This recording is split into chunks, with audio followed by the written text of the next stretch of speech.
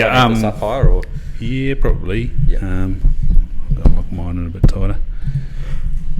No? Oh, that's why. I'm very lucky I was working and Nicole set this up for me, but... Yeah. I don't have that luxury. Yeah. Now, see, I will do this through this audio interface. Yeah. And then this comes into this here, which is the software that it came with, Cubase, LE. Says AI, but I don't know what AI is in there. And so that'll give me an audio track. Yeah. And then we're being recorded on an iPad. Yeah. At 1080p, so it does the job. Yeah. Obviously, the dream is a couple of cameras, and Yeah. especially being here on bloody West Street Main Highway 1, Yeah. It would be great to have a soundproof room. Like we can hear the vacuum cleaner going off in the practice. There is an internal room here, because this used to be a shower home before the previous owner turned it into a optometry practice. Yeah. And so there's like rooms for Africa, and so there's an internal room which would be quite nice to soundproof it, yeah. Rig these up on better stands and put some, three cameras on so you can flick between, but that just means more editing. Yeah, you almost have to. You'd be better off investing in an editor then. Yeah. It's like, imagine trying to do all that. Yeah. Have you seen those Atom live flickers? Nah. Yeah, they're handy. You just basically got 3 buttons. And you just do that. And you can That's integrate the audio, so it's just running on one channel, or not just. It's pretty hard case processing going on, but yeah. I went on a ChatGPT rabbit hole the other week of like how to set up a studio. Yeah. And yeah, it's just always like, make sure you got enough processing, make sure you got enough video card. Yeah, last thing you want to do is get halfway through and it's like full, and you're like, oh, I've missed half the combo. Corrupt files. Yeah. Yeah. Last podcast with Toby, we were talking about another role at Paddy McInnes. I went around to his house and Hastings, and it's the first time this thing is busted on me. It showed like audio waves and everything, and then you just press play and just no sound. I was like, oh, that's one for the ether. Yeah. We better touch wood on that. Yeah. My one I do through Riverside. Yeah. And for a while I changed like my internet security, and it was blocking the upload from the other side, and I couldn't figure out why mine was working, but I'd only get like a quarter of theirs, and I was like, can you keep uploading it? And I just like re-recorded a few with them, and then I figured out that it was maybe it's my internet provider. I'll just do that. Thought it was shit internet. No, it was actually just the security was just blocking like uploads from their side. Yeah. I think we're missing some gain there or something. Yeah. When I was lucky enough to interview Rob Wolf a couple of years ago, and that was one of the things his email through said is use anything but Riverside. I think it's developed a long way. Cause yeah, it is. It's definitely in the last 12 months I had some real shitters with it, and the AI's got better, but like it just does enough at the moment. Because it's free now, eh? No, still got to pay for it. Yeah, I think it's like $50 a month or something. I have a funny feeling. I feel it was cheap the first year, and then now I'm getting nailed for it. I have a funny feeling though it's integrated into Spotify for creators now, so you might want because you can upload straight into it. Yeah. From there. Or maybe it's that way. Maybe it's just You can just pretty much hit when you go hit share like you would for like downloading it. Yeah. You can go straight to Spotify for creators from it. Oh, maybe that's the deal. But normally I send it to someone to clean it up a bit. Yeah. It's got the AI that takes out the echoing and the background noises as much as possible. Takes out all these sheep trucks and grain trucks going past. I had a guy in my last one, his son was playing rollerblade ice hockey in the background for The Office, and all we could hear was like the puck smacking against the stick. And I was like, fuck, this is so annoying. Was he Canadian?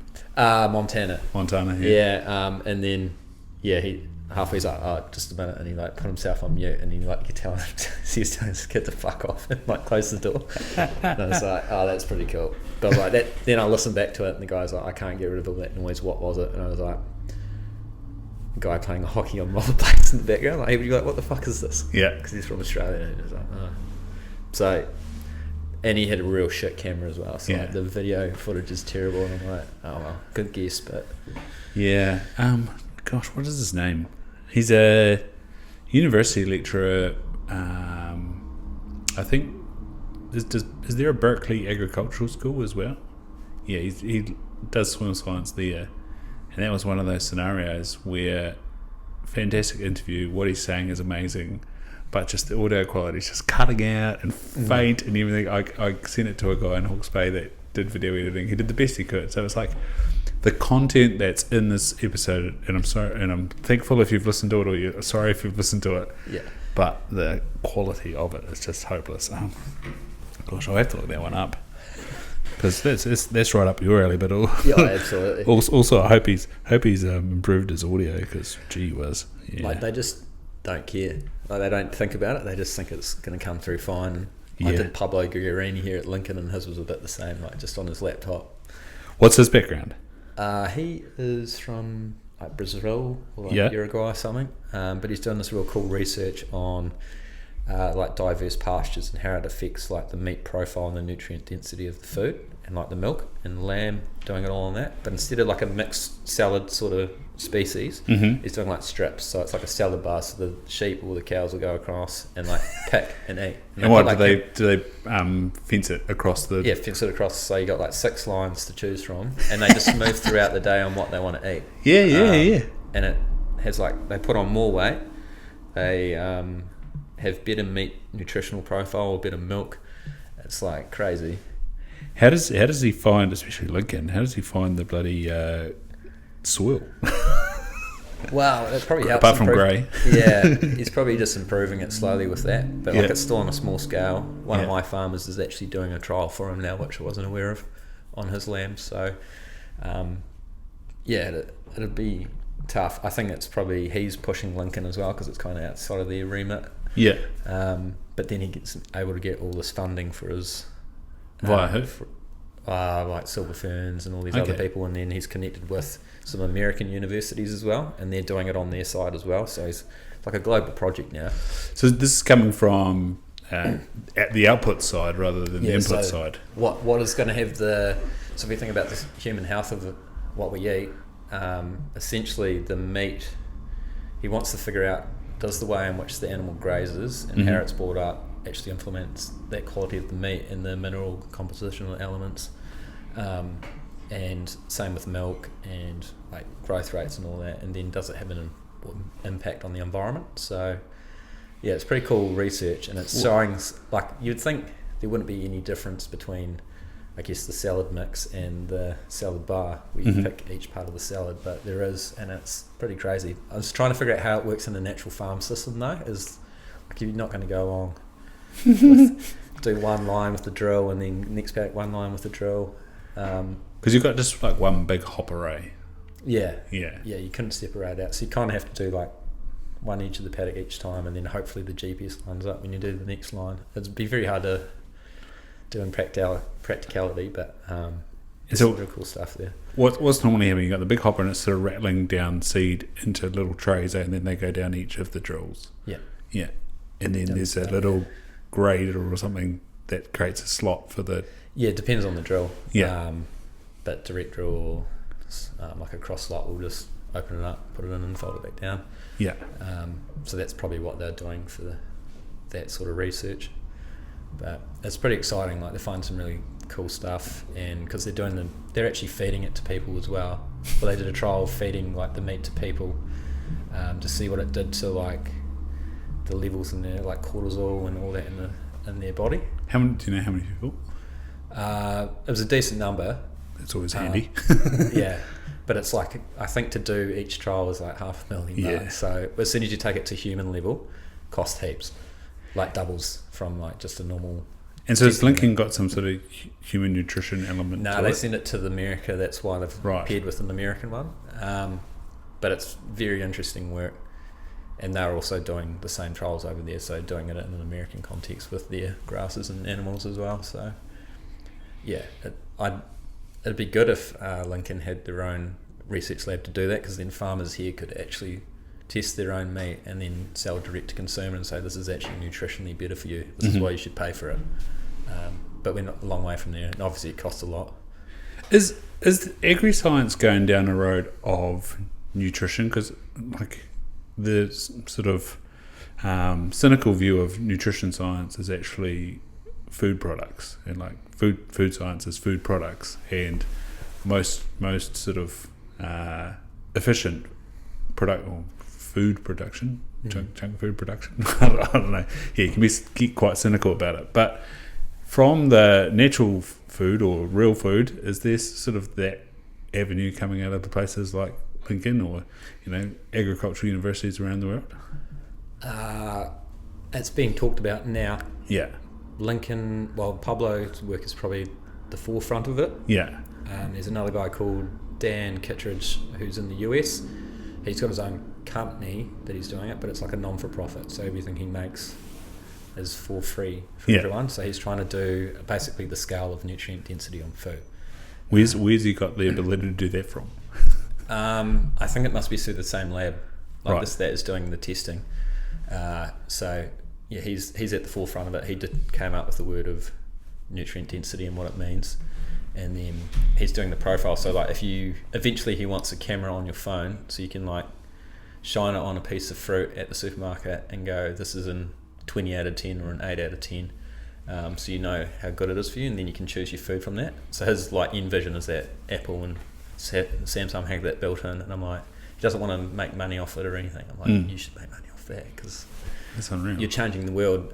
So essentially, if you had an 8 out of 10 carrot versus a 2 out of 10, you could eat one of those 8 out of 10s compared to 4 or 5 of those carrots to get the same nutritional benefit out of it. And that's the big thing at the moment, is that since probably the 1930s or 40s, our meat and milk and fruit and veggies are all about 30% of the nutritional quality or diversity that it used to have. So we have to eat more of it, which probably also is a reason why we're seeing quite a lot of obese people. It's just one of those things that's not talked about, and that's why we're seeing a lot of these instances around illnesses and that coming up, because people are actually nutrient deficient. Yeah. So same as you would for a cow or a sheep, they're nutrient deficient, you should supplement them. Same with us. It's most people will never get their bloods done, and that's something I'm really keen to do this year, is get some bloods done, see what I'm deficient in. So nutrient blood work. Yeah, nutrient blood work, and then also figure out there's certain things that you eat that'll inflame you, and we're all different in how that works. I kind of want to figure that out as well. Am I smashing tomatoes or something at the moment? That'll flare up inflammation in my body, and then if you've got inflammation, then you can't process stuff as well. So it's just something out of interest. I do it with soil and farms. It's the same process for me as a human. And if I want to perform as well as I can, it might be small tweaks, stop eating something, supplementing with magnesium or selenium, and I might actually have a lot more energy. So I've been tracking my testosterone. Just after COVID, I managed to get 6 monthly blood tests, and then when I managed to get one more in Tokoroa, and then I got 2 in Taupo, so they became more annually, and then I've just had another one, and I wasn't supplementing magnesium for a while there, and I think when I was supplementing magnesium, because I was training for an ultramarathon, I was also getting a lot of sunlight, so that might have had something to do with it too. But I've definitely found, going back on magnesium, my testosterone's pushed back above the normal range, which is what it was, and then when I wasn't supplementing magnesium, I was going through a lot of stress and stuff too, but I was low and back into the normal range of testosterone. So that's been interesting. It's just been a 1 point back to about 3 or 4 blood tests ago where I was high. So it's that's good to see that that's back to where it was. Now it'd be interesting if I continue to supplement with magnesium, if it stays high. So that's going to be cool. But the old nutrient blood test is interesting. I was again during COVID in a workshop that Keegan Smith, who is a strength and conditioning coach, he used to be with the Roosters, did a lot of work with Sonny Bill Williams and done some work with Craig Cooper. He was running it, and they had a guy from, I think it was Scotland or England, and he was going through the array of nutrient blood tests you can do, and obviously you get into the realms of over supplementation, and the reason why they want you to have blood tests is so they can say you a supplement. But it's on this laptop somewhere, the list of things that you can be looking for and what you supplement with, and it becomes a bit of a rabbit hole. So I think for me, I'm definitely keen to know the test as well. I've got no idea what I'm at, if I could be good or bad, so it'd be interesting to know as well. But I'm definitely going to use a kind of almost a holistic healthy expert. There's one in Christchurch that I've been recommended. Nice. And I'm just going to tell him, like, this is what I'm looking for, what do I need to get done, and hopefully that will take out that mystery of what, like you said, it's the same thing with soil. Yeah. Like, you can test for everything, but what do you actually need to know? And am I over supplementing? Do I actually need magnesium, or am I having too much now? Are you finding, well, soil science, from my understanding, was a bit of 80-20 to begin with. Like, what are the major nutrients or micronutrients that move the needle? Like, you got like your phosphorus, nitrogen, and I don't know too much. I've done a level 3 deer knowledge paper, people. I think it was like one little project. But it's a hard one. It's like you scratch the surface with soil science, and the biggest one is calcium, and they call that like the trucker of all other minerals. So if you've got good calcium levels, your soil, it'll open up basically the soil to enable some of those other minerals to come through. MP and K and S, which is the classic ones that are sold here. What's your S? S is sulfur. So those are the ones that are mostly tested for and sold here in New Zealand for fertiliser, because that's what they think is basically what a plant's made of, but there's a lot more to it. So there's a whole lot of things, and it comes down to your context, but calcium will be always your first port of call, because that helps to move your pH in the soil. It also, a thing called base saturation, you're looking for about 70% of your soil to be, or up to 70% of your soil to be calcium, and it also helps flocculate the soil, which is opening it up. I like that word. That's a big word. And I can say it without mucking it up as well. So a lot of New Zealand soils in terms of agriculture are compacted, and calcium's a great thing for opening that up, and it helps to stimulate the microbes. And basically with soil, there's 3 legs to the stool for me in making it healthy. You've got the physical structure, you've got the microbiology, and then you've got minerals, so the chemistry of it all, and calcium helps to make all 3 of those work really well. So that's your number 1 port of call for me. I've seen that in action so many times. I like renting gardens, and especially veggie gardens, are not well taken care for. And I've turned veggie gardens to soils 3 or 4 times now, just with like making bone broth and burying the bones, and then getting eggshells and coffee grounds, and all of a sudden, like, you've we're onto a 4th time now here in Ashburton. We've got this very clay rocky soil, and I buried some bones the other week, and then on the weekend I chucked down some eggshells and coffee grounds, and hopefully we get some soil structure to plant some tomatoes or something come summertime. Calcium's your best bang for buck, but it's always important to understand if you need it. Some people don't need it. Oh, really? And they'll just keep chucking, keep going with on, it. It's just like it's something that's working, and then you get the excess because you just it's got to keep working, and then it'll actually shut your soil down, or it'll become too flocculated, and then it's like dust, and it can blow away. So that's the other end of the scale, and then you're wasting a lot of money too. So so when you got like a big limestone structural, hillside, is that what you're talking about? That is basically dust. That'll be underneath. It'll be quite hard, but that just will mean that you've got high calcium levels in your soil. And then that might not be your that won't be your limiting factor. That will, or it could be your limiting factor because you've got too much calcium. So then you've got to figure out from basically the hierarchy of what's the next thing underneath that.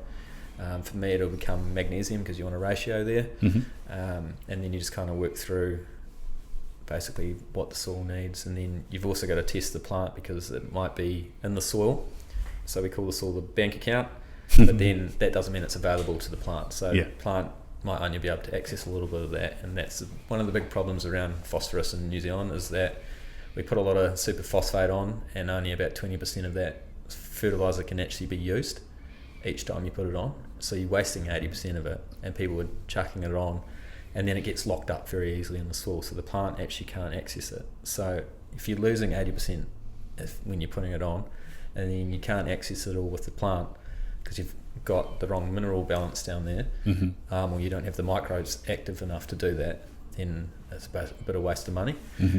So we see that regularly, is that phosphorus is a really big, particularly in sheep and beef, because we've been told that we're low in P in New Zealand soils, and that's not 100% true. It is in certain cases, but you just got to be really careful on what advice you're getting and what you're seeing in the field should reflect what your changes you're making. If you're not seeing any changes for the good, then there's something wrong, and you need to query your advisor around what they're advising you and why. And they should be able to explain to you whether you need superphosphate and why, or the differences between the different P fertilisers. Because, yeah. And how well does this stuff cycle around once you've got that structure good and diverse species of plants? Yeah. And then the animals are eating that. What's then going back out? Yeah, so you're getting that. That's when you achieve that really good nutrient cycling naturally. Mm-hmm. So the more diversity you've got below the ground in terms of microbes, they all play their own certain role, and a lot of them are breaking down different minerals and bringing them back to the plant. And if that plant's getting full mineral profile, then the animal's getting that as well, and then the animal's dung and pee is also returning that. So you're actually creating a natural cycle. The more we put in chemical fertilisers or excess chemical fertilisers, we're stopping that, because a lot of them are salt-based or soluble, and they leach easily. So we create a mineral imbalance very easily, and that also impacts all our soil microbiology and our structure. So if you can figure out what you actually need, and then do trials, because you don't want to go full hog as well, because a soil test and a plant test or herbage test is only a small part of that time period in a year. You just want to trial things and see how they go and see what levers you can actually pull. And then as you build that diversity below ground, you should actually need less in the soil, because it's actually naturally cycling. And that's the one where nitrogen is the more nitrogen you put on, then the nitrogen microbes in the soil, they just don't have a role anymore. So they kind of shut down. So then if you start peeling back your nitrogen too quickly, they're not going to automatically fire on, and you're going to lose that yield. So you've got to kind of wean it off slowly, and then but like steroids. Yeah, pretty much the same. Like nitrogen's just I like to think of it as like cocaine for plants. You have a little bit of it, and you just want more and more and more, and you train the plant to do that. Yeah. So like if we look at an irrigated dairy farm here in Canterbury, you give it water regularly and you give it nitrogen regularly. The roots aren't encouraged to go very deep. You'll see them stuck in that top 5 centimetres or 50 mil. And that's because, why do I need to go deeper? It's all been given to me. They're basically sitting on a couch. But that doesn't create resilience in your system, and that actually means over time you're going to need to put more and more in, whether it be water or nitrogen. Probably like testosterone, just keep banging it in to get the same results. And whereas if you start weaning it off and letting those roots dig deeper, access more of that soil profile, you actually get that natural system going.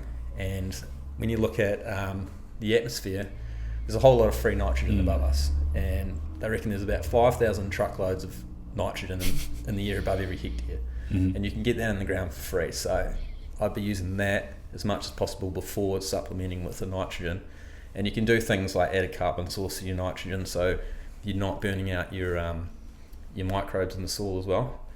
So there's little techniques that you can do that will make huge shifts in your farm system, but they're just not widely known. And some fertilizer companies would prefer not to do that, because you're not going to sell as much product, but you're actually just going to move your fertilizer spend from nitrogen to, say, like some trace minerals or sulfur or calcium, which you're still going to spend money with them. It's just not on the conventional stuff. Yeah.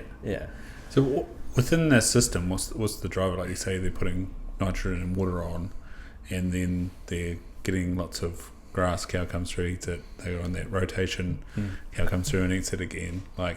Is it the fact that it's a couple of species of grass and it's not, there's not the herbage in there that'll fill in the gaps? Or yeah, I guess the biggest issue is, and do we have resilience of the plants to too much watering for those other things as well? Yeah, it's all down to that plant resilience, and that's why we are seeing within, let's say in a dairy sense, we're focusing on dairy a bit here, but why people have to regrass so often is because we're not creating resilient pastures, so they won't last as long. So if you have diversity of species in your plant and your pasture swards, it should last longer. In theory, if you're really crushing it in terms of pasture species and really good management, you actually have just never ending, because there's a massive soil, like a seed bank within the soil already. So if you're grazing it properly and creating the environment for the plant to thrive and seed, it will still keep replenishing itself. Whereas what we're seeing is that people are only putting in 2 or 3 species, and they're not grazing it correctly.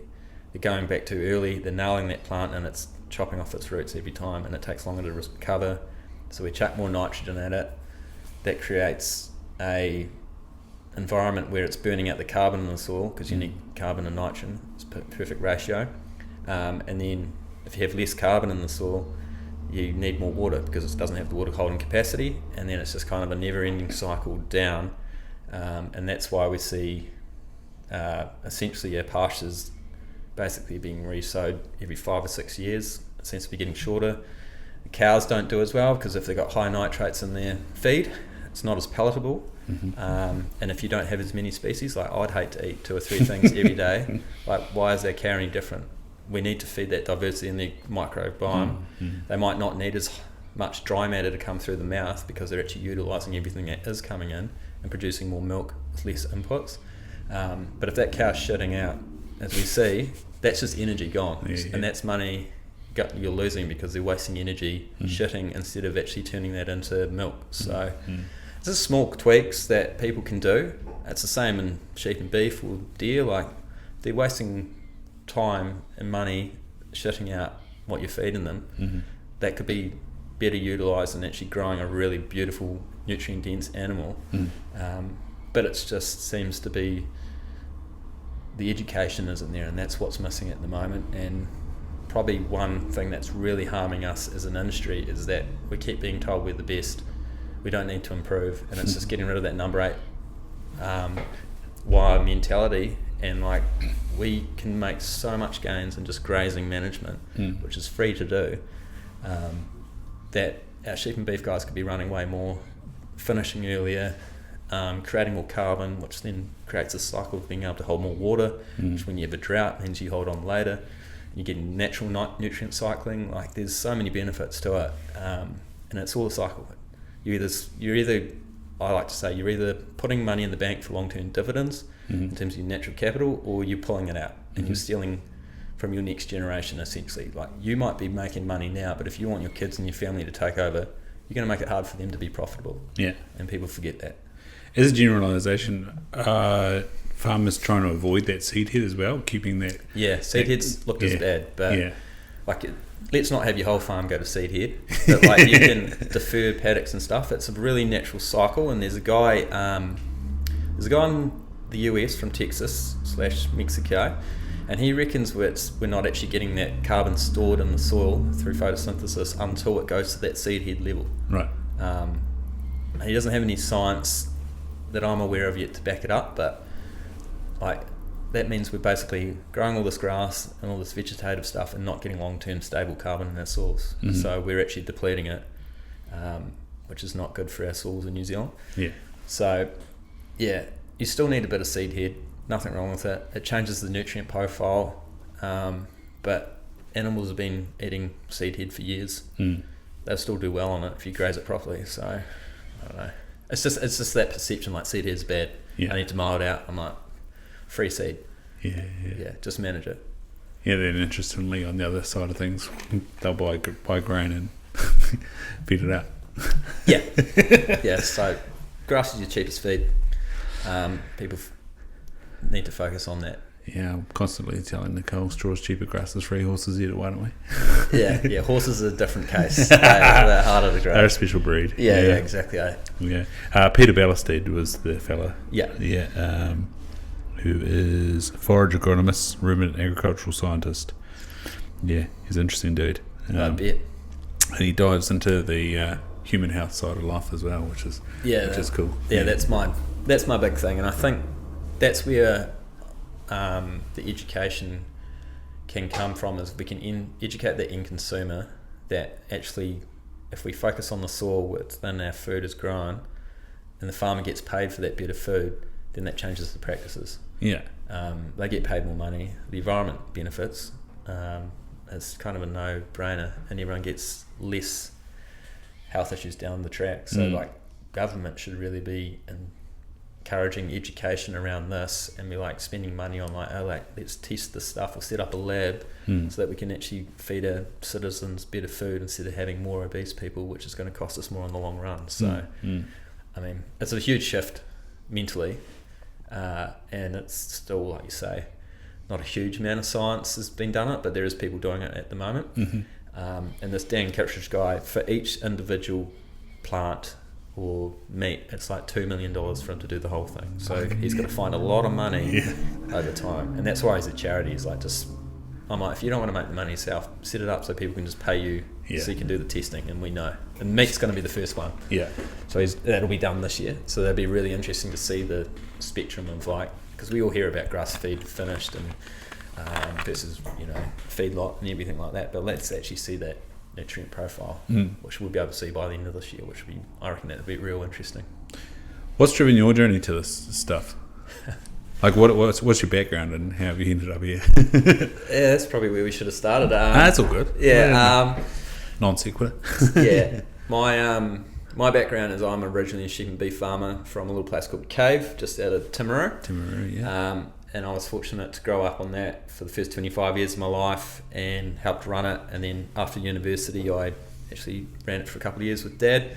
Didn't go down the succession path because just financially that farm couldn't support my parents to go off and retire like I would want them to, like they are now, and then me to make money and pay that debt back wouldn't have lasted very long. So went away, used my degree as an environmental engineer for a few years, pretty way different from what I had any experience in. But what does that look like? So I was working with like hazardous materials, particularly asbestos, so overseeing and consulting around like asbestos demolitions and contaminated land. So I saw kind of the other end of the scale.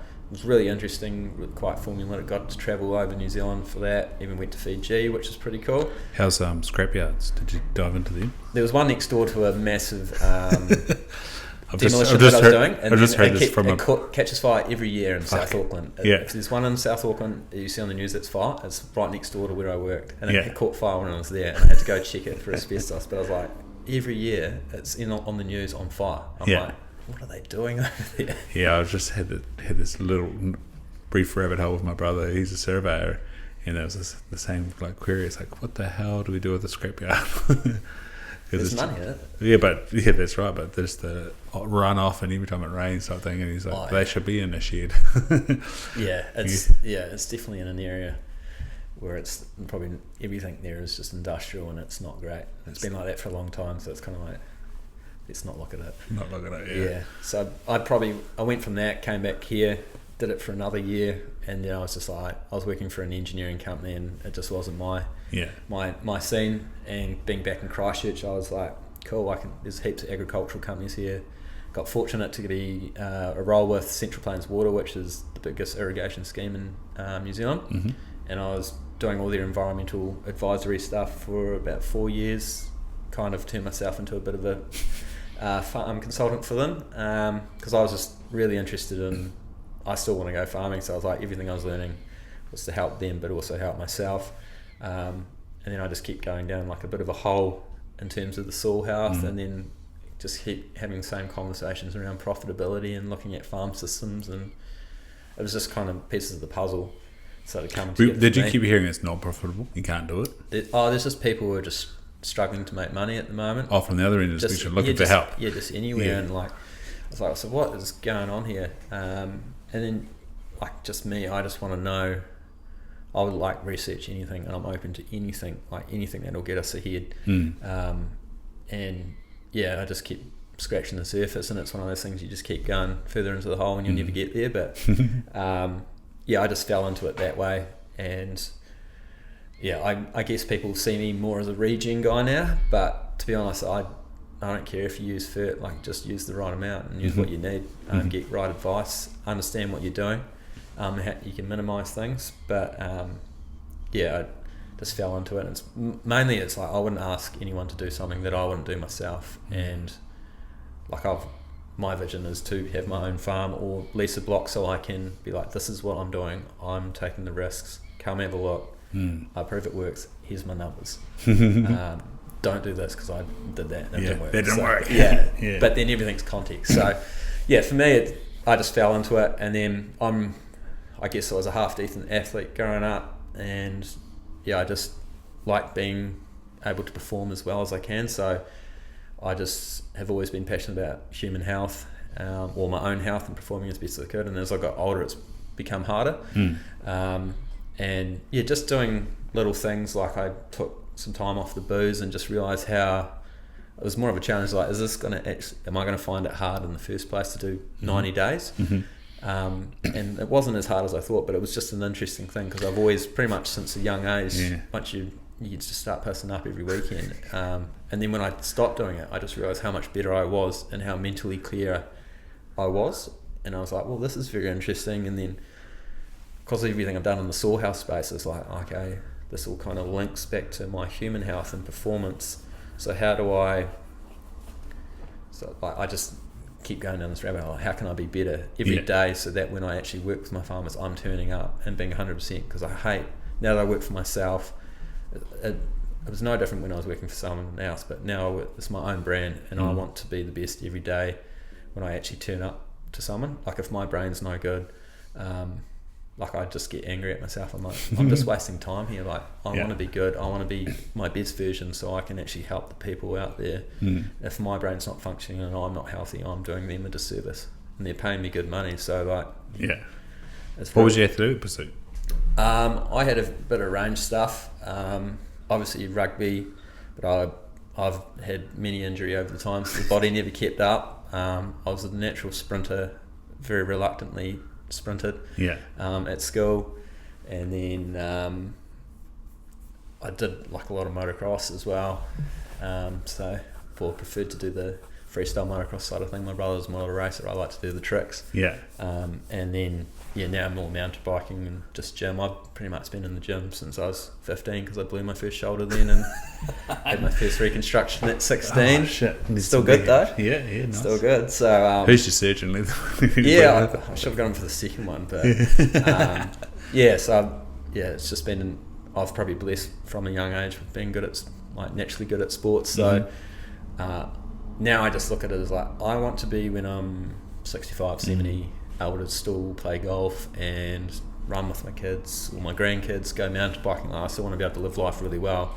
So what decisions am I making today that's going to impact that? Like, what's future me going to thank me for? Absolutely. Have you read Peter Attia's book? No.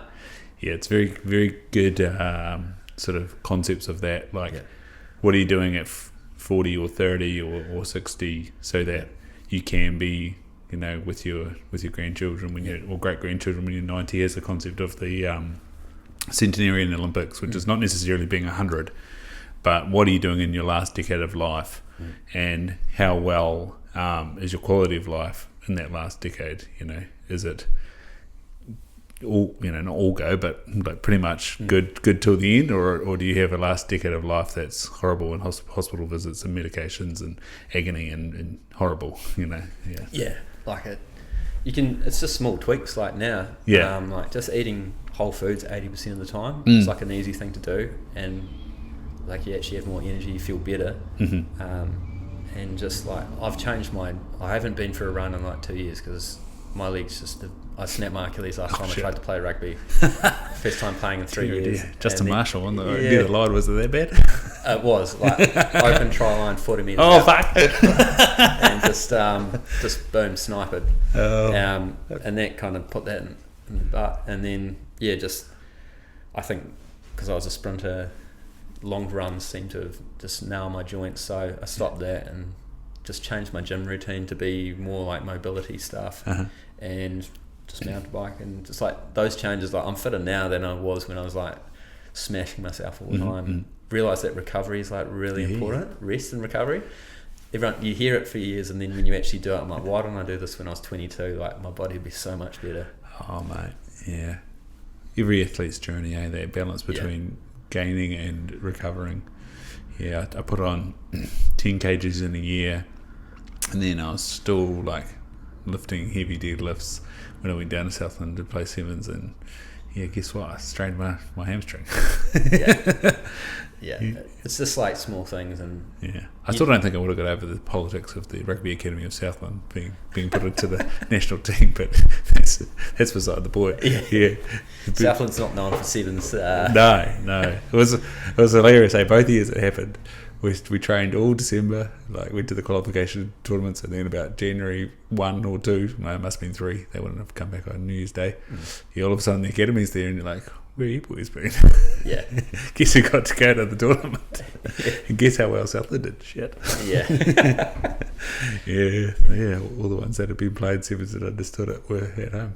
yeah, exactly. It's there's a lot of politics in footy. It's not just football though. Like it's everything now. Everything. Yeah. I've just finished reading a book on Swim Southland, and it's about how swimming has the problem of everyone learns to swim when they're 5, and elite swimming's wanting swimmers when they're 25, and it's like, how do you bridge that gap, and how do you maintain people? And it's like, I went through the junior swimming concept, and by the time I was 13, 14, I was actually buggered. We had a swim coach in here today, and he's saying it's got a 15-year-old that's just been to Div 2s, and he's met the Division 1 age group standard, and it's like how do you hold on to them for another 10 years? Yeah. Well, that's what I worry about this kid who just did that 4-minute mile. Oh, yeah. At 15. What a freak. But, like, is he going to get sick of running by the time he's 20? Yeah. Like, we could lose him. And, like, I felt that, to be honest, like, at the end of this is really going back in the day, but, like, when I finished my first 15 at school, like, I found a little bit burnt out, and it was probably just, like, standard training now for club footy, but back then I was like, oh, man, I'm kind of over, like, training this hard. Well, that's the club rugby's problem, isn't it? And then you go to club rugby and you're like, oh no, now I'm back into it. This is way more fun. Yeah, but it is. It's like, there you go, boys. Like, play Colts. Well, in some places it's not. It's first 15 straight into academies, straight into training with Super Rugby teams. Yeah, Canterbury is like, Christchurch must be so hectic to go play straight out of high school into. Yeah. Because everyone's trying to make the Crusaders.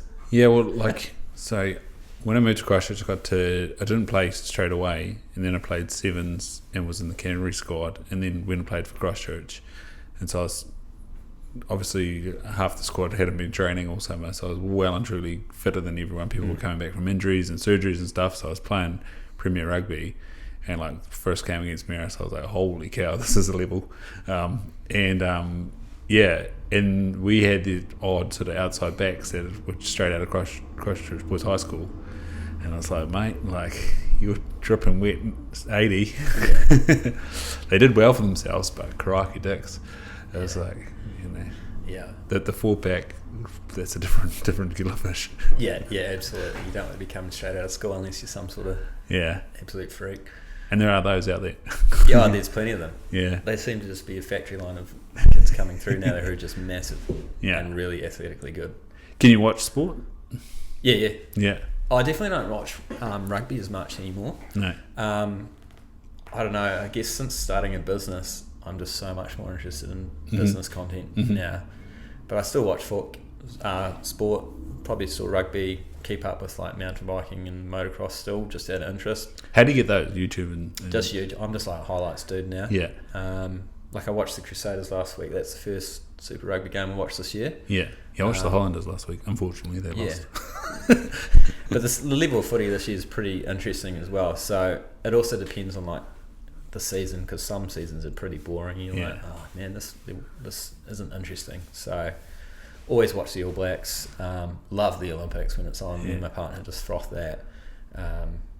But yeah, haven't been to like a live game for a while. Looking forward to this new stadium in Christchurch. It's going to be amazing, I reckon. And that's going to revitalise the Crusaders because their current stadium's super cold. I did a whole season of going along, and it was cold every time.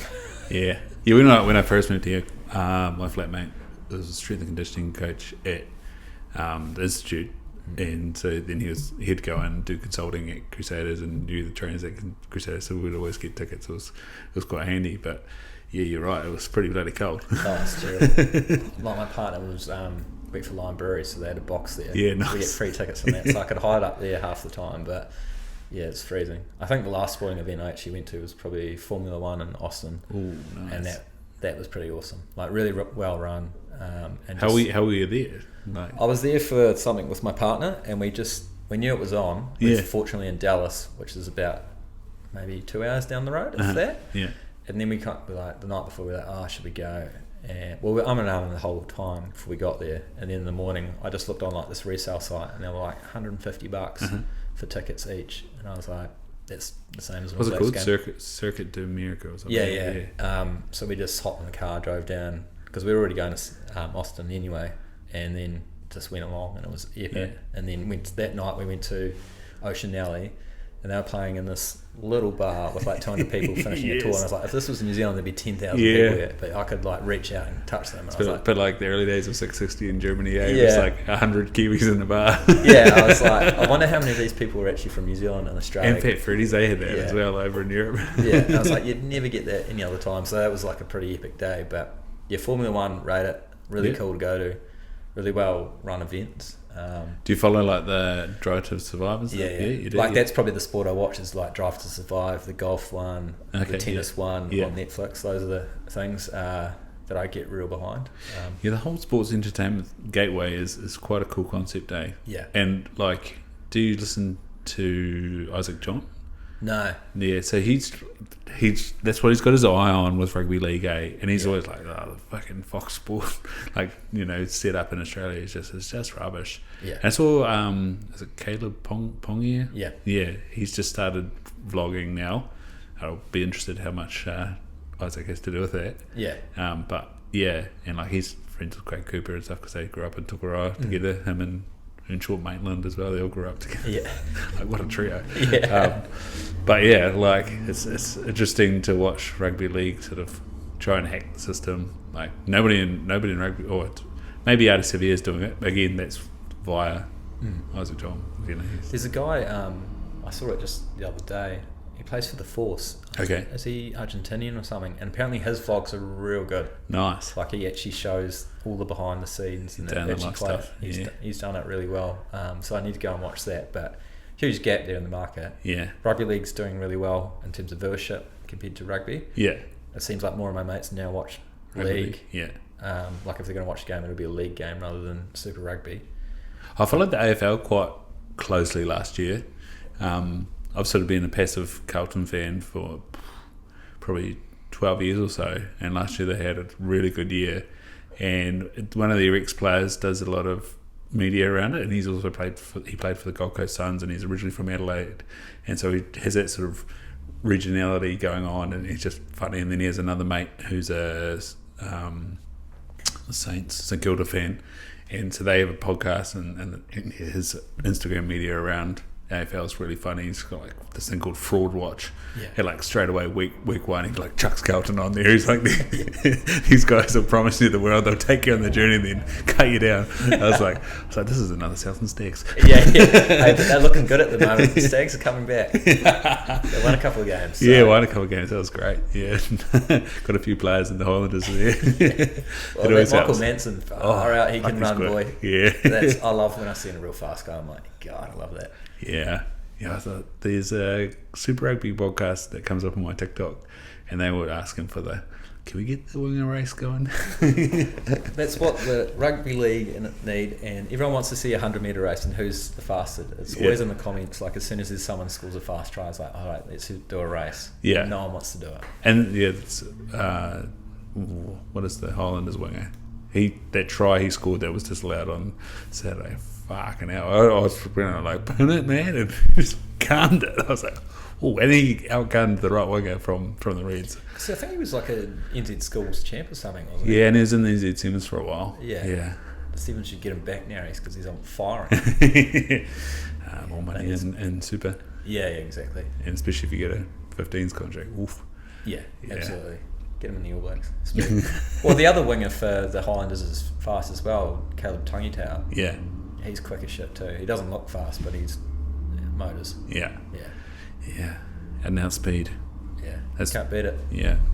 But playing 6'7" and playing forwards in 7's A, it's like you've got to be a little bit faster and a little bit taller and a little bit bigger. It's just constantly increasing. Like, the level of sport, like when we were at high school, we thought it was probably high, but now it'll be like you've got to be really good. Semi-pro at school. Yeah. Yeah. Yeah, it's tough work, but yeah. I guess it's just that's just what it is now. Yeah. Yeah. Did you see NZ Farming the other week had that reel from an American farming podcast about how like farming's the only thing where people take up 5 other jobs to try go farming or to try keep farming or like think about farming all day. That was resonating. Well, that's the thing in America is like most of their ranches aren't profitable, so they have to have someone off farm to actually make it so they can be profitable, and that's probably something that's actually happening here. A lot of our farmers' wives are working in town, and that's what keeps farmers afloat because it's paying all the cash running costs for the family. So, like, I look at my parents, and my mum was teaching 5 days a week, and that was probably what was keeping the cash flow going through. So it's pretty funny. There's this mentality where farming's a different business from everything else. It's not. The fundamentals of business are the same. And the farmers that are successful are businessmen first and then farmers. But they get the most shit from the farming fraternity because they're not farmers. In what way do you perceive that as a generalisation?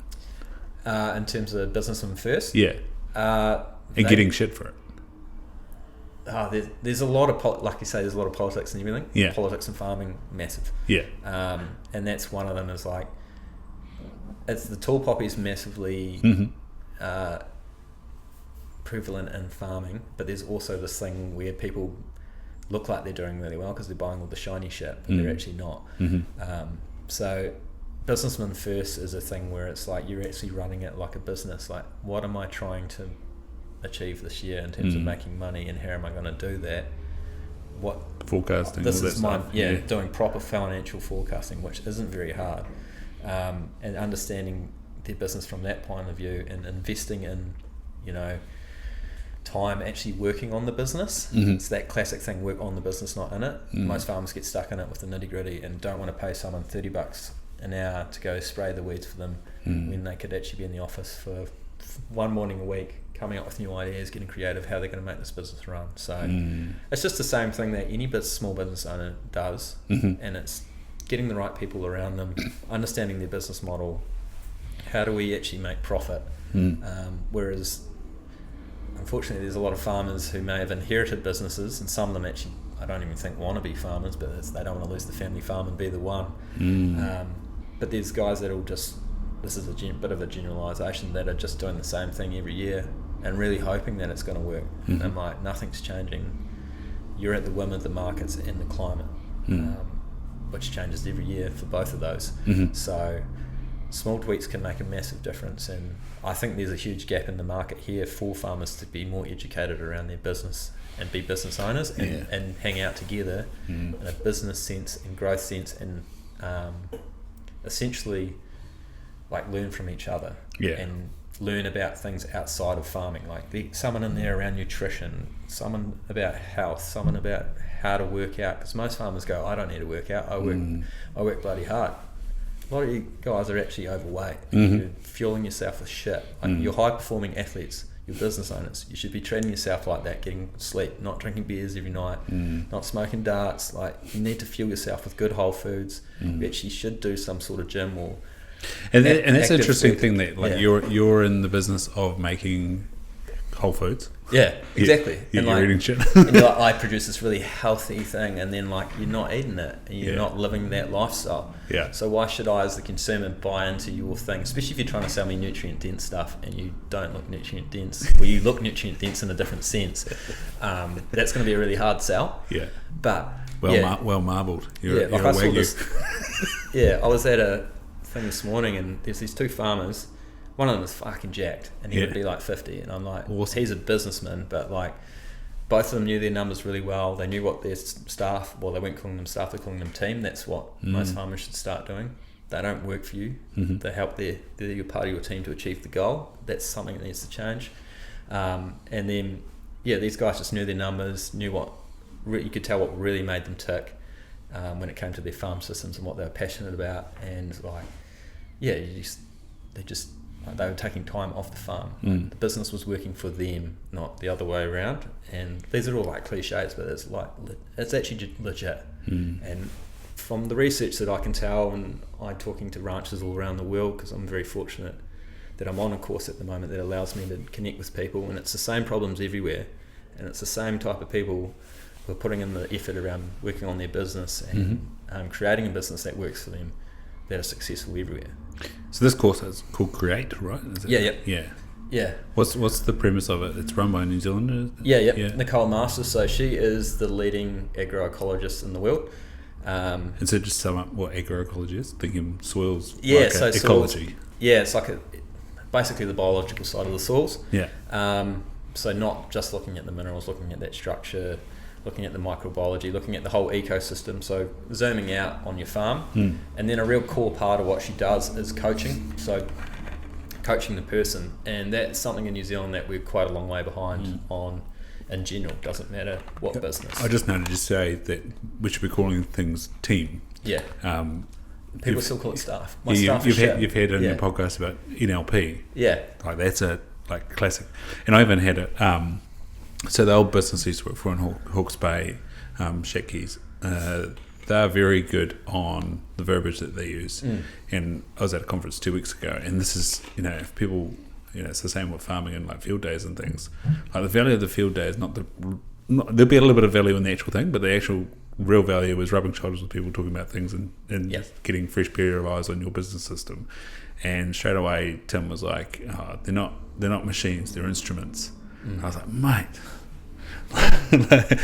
And you can hear things like 100 different times, but someone might just reframe it in a way that hits you, and you're like, "Oh my god, I get it now." Yeah. And that's why we say to everyone, of like, connections, networking is like the most incredible thing you can do. Yeah. And that's what you should be aiming to get out of going to a field day or like a conference. Is like, who can I connect with and learn from? Yeah. Because if there's that thing where you surround yourself with people. And the higher level they are, if they're above your level, you'll get kind of dragged up to it. Yeah. But if you're the peak person in your group, in the room, then you're actually not growing. Yeah. I did this. It was called Underground Festival recently, which is the big soul good. like festival for farming. And I talked to this couple of farmers there, and they're like, "We have no one around us that we can talk to about this stuff. We've been interested in it for years." I'm like, "Just go talk to people and make friends. Like, this is perfect space." At Underground Festival. Yeah. And they're like, I was like, I want to see you at the end of this. I want to ask you some questions about how. Yeah, I need to figure out how I can get a CPD for optometry for something like an Underground Festival. I looked at it, I'm like, how can I write that into my calendar? I don't know. It was a great couple of days. A lot around the human health and the food system. And like, there we go, human health. There we go. Yeah, and like great food. The food was unreal, and just chats. It was. Was this the same thing as what like how we hosted last year? That might have been because they had a doctor there, and I was like, "Oh, how's a doctor?" Dr. Zach Bush, Aussie potentially guy. From America. American guy. He's kind of trying to forefront a lot of this human health stuff at the moment. Yeah. He's doing very well on that and bringing it to people's attention. Yeah. But this is the first time Underground's been run, okay, and it's a model on that one they have in the UK, which is. Been going for a few years, and they get 5,000 or 6,000 people there. Oof. And because Andy Cato, who's Grivamata, which you see on Clarkson Farm, I didn't realise. He's like DJing, and like everyone's just getting on the piss and like having a great old time. But like it's the same concept, like get people together. It doesn't have to be necessarily all farmers, but that's who it's aimed at. Get them together, learn together, share what they're doing, eat some good food, and have some fun. Yeah. Make some connections. And do you know the Three Blue Ducks guys in Australia? Nah. So they own, or they run the kitchen at Farm at Byron Bay, which is my like dream model. Yeah. And they're also in like a couple of them go hunting and a couple of them go spearfishing and stuff, and they're just so into like sourcing. Yeah. So like the farm in Byron Bay just has this gigantic vegetable garden. They got pigs, they got chicken tractors, and you're just like, oh, this is me. Yeah. That's all I'm about it. That model would work here for sure. Oh yeah, I remember when I spoke to Jay Reeve. That was during COVID. Yeah. I said to him, I was like, mate, like, if somebody handed me Lotto, it'd be get into somewhere in Clevedon and just set up. Clevedon would be great. But like even here, like that's one of the big attractions of Mid Canterbury is it's like, those foothills over there are not that far from Christchurch. Yeah. And people, with the South Island, you drive to Wanaka, you drive to Queenstown, you drive to Dunedin. People from Invercargill come to Christchurch. Like, if you could have the destination farm out in those foothills, it'd be unreal. But you're talking my language. Right I know. And it's unreal because like there's so many lodges over there. Yeah, but none of them doing destination. And then you see like the gardens, Trott's Garden here in Ashburn's for sale again. Yeah. Manuka Point's for sale. You're like, that'd be a good spot for a destination farm. Manuka Point would be unreal. God, I'd love it. Wish I knew a billionaire so he could buy me and I could just run it for him. Yeah. But you look at Flock Hill Station, they've owned by a billionaire now, and they've put a big restaurant up in there, and they get all these rich people flying in and out. Yeah. Like, that's a good model. Blue Duck Station's the same. They got that restaurant on the hill. Yeah, apparently that's really good. Ruined Jack Jordan's Vista out to Taranaki. Yeah. He showed me out the back of his face, and he's like, see that over there? He's like, that's the Blue Duck Station restaurant. He's like, and you can see it, there's Ruapehu there and Taranaki over there. He's like, ruins my place. Yeah. Light pollution. Exactly. But I reckon, like, I personally long term want to build sort of like a Whole Foods supermarket. Yeah. Maybe on the edge of Christchurch, so it's a destination, but you put a cafe on the side of it so you can eat the food from the local producer. You like it, you go and buy some stuff as well. You put it semi-affluent areas, so they're spending money there. But instead of the farmer having to find a way to sell all their stuff, they just sell it through there. They own it. You get a couple of young butchers in there, and they have part own it, so they're processing everything. And it's like a conduit that you can just kind of repeat everywhere. And then eventually, if it was really good, you'd have a restaurant in town, like on the pier, buy the one on the pier, make it half decent. Yeah, fuck yeah. But that's down the track. But yeah, no, my like morning like super visualization is just like walking across the the crunchy gravel. Yeah, the fireplace has already started in the restaurant. The staff are arriving. You've got the Brazilian or Argentine barbecue cranking, and you're getting hot. There is the Brazilian barbecue. I think our old what's the venison processor up in Rakaia? Mountain River, yeah. Yeah, they had someone last year and they put like a venison carcass on one of those barbecues. I was like, ooh, that's but like, you do that. My mate in Australia actually on crack wants to do that. Yeah. Has come to his farm as a destination, and he'll host things like that. Yeah. And have like a big fire. Yeah. He's doing retired dairy beef on it. Nice. Which is, it seems to be going well. But like, there's none of those experiences around Christchurch, which is interesting because a lot of people fly in here. Yeah. And then they got to drive. So anywhere along this main road, you could do it between here and Wanaka easily, or Queenstown, or on the way to the coast. Like, people want the experience around food, and that's where community comes from, and that's how consumers want to get connected to their food. So for me, it's a no-brainer. I met this guy who runs like a regenerative speckled park beef thing in the North Island. And I was talking to him about how, because he sells pretty much it all straight to America. Fuck. And he's got like a chef, mate. And I was like, what you should do is I've seen this place in California do it, this ranch. You just have a long lunch of like 120 people in a paddock. You feed them all the meat, and it's an experience. People buy tickets and they'll come out there and sit there for a day and drink some wine. Have you ever been to like Craigie Range or anything like that? Nah, I've heard good stories though. Holy shit, that's the best afternoon ever. Yeah. Well, like for me. But that's what people want. They want the experience. They'll happily part with their cash for a good experience and good food. I would like, for the two of us, it was like $190. And then we bought a bottle of wine. Yeah, exactly. Of course you will. Yeah. You'll buy a bottle of wine every time. Yeah. But that's not even that much money. Like, if you think about it for an experience, $190 after you leave and you're feeling pretty good, you're like, that was worth it. Oh, I was stoked. Yeah. It was awesome. Like, and I got wine match. Nicole got a couple of glasses of wine, and then you buy a bottle of wine, and then you're like, well, when do I drink this? Because this is associated with that awesome day. Like, now I've got to find the right occasion for it. And then you've got to find the right group of mates. So like, Nigel Beach that I know, he's a physiotherapist. He does a lot. He's probably New Zealand's premier breath coach, and he's working with the Gillaroos and lots of the All Blacks, Bone Barrett and things like that. He opened a bottle of this one I bought, and he was like, "Oh, it was good at this time." He's like, "Maybe hold on to it longer than 10 years." I'm like, "Oh mate, more than 10 years before you drink a bottle of wine." Yeah. You're like, God, I hope it's good at the end of this. It's always the thing. You're like, what if it's not? Yeah. But see, back to your course. We diverged to some really good stuff. Speaking of Justin Marshall, I digress. What's my course?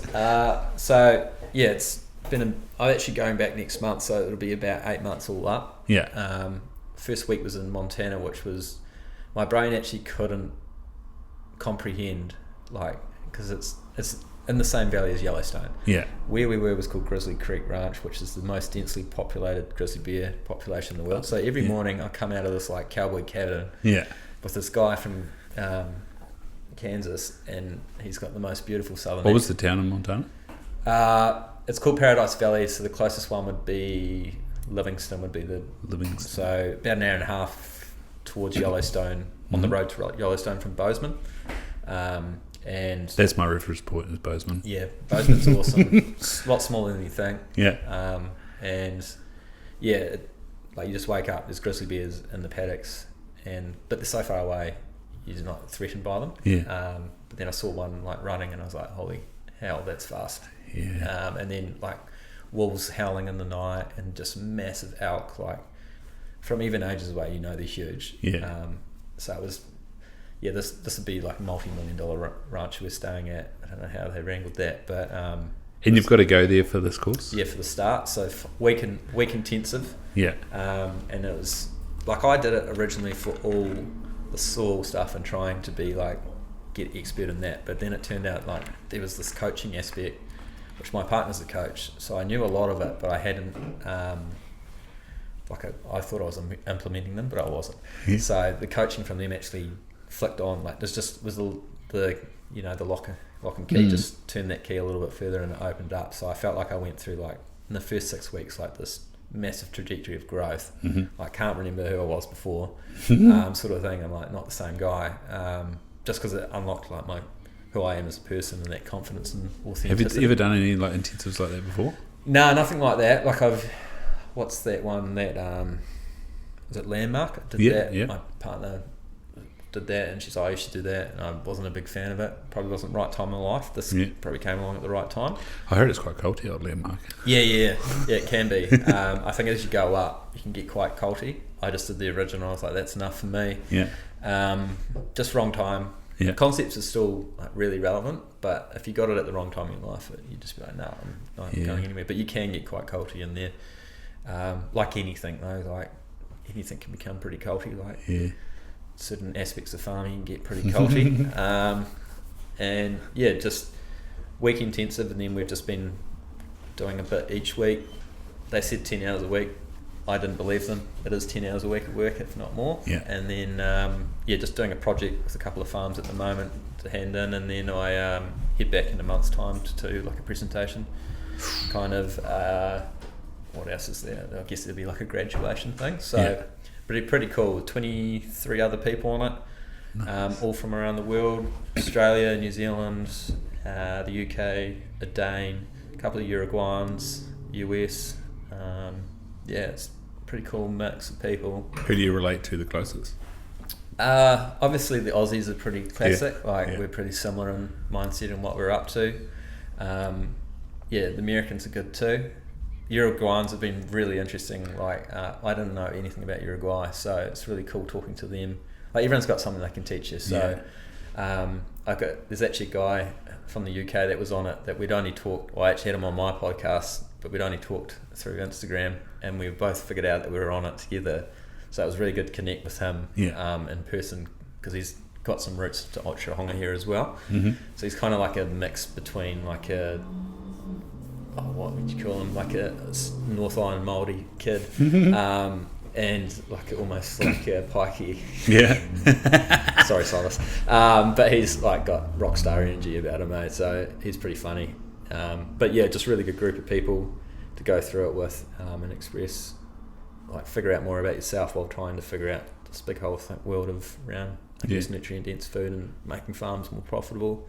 How can we actually coach the farmer to figure it out for themselves? So for me, it's like I want to be able to just translate all my knowledge that I'm learning to the farmer, so they don't actually need me after maybe like 2 or 3 years working with me. Because that's more empowering, and that's going to get longer change, and then they can teach their family or their workers, and that's how we get it to spread. So I'm very grateful to be on it.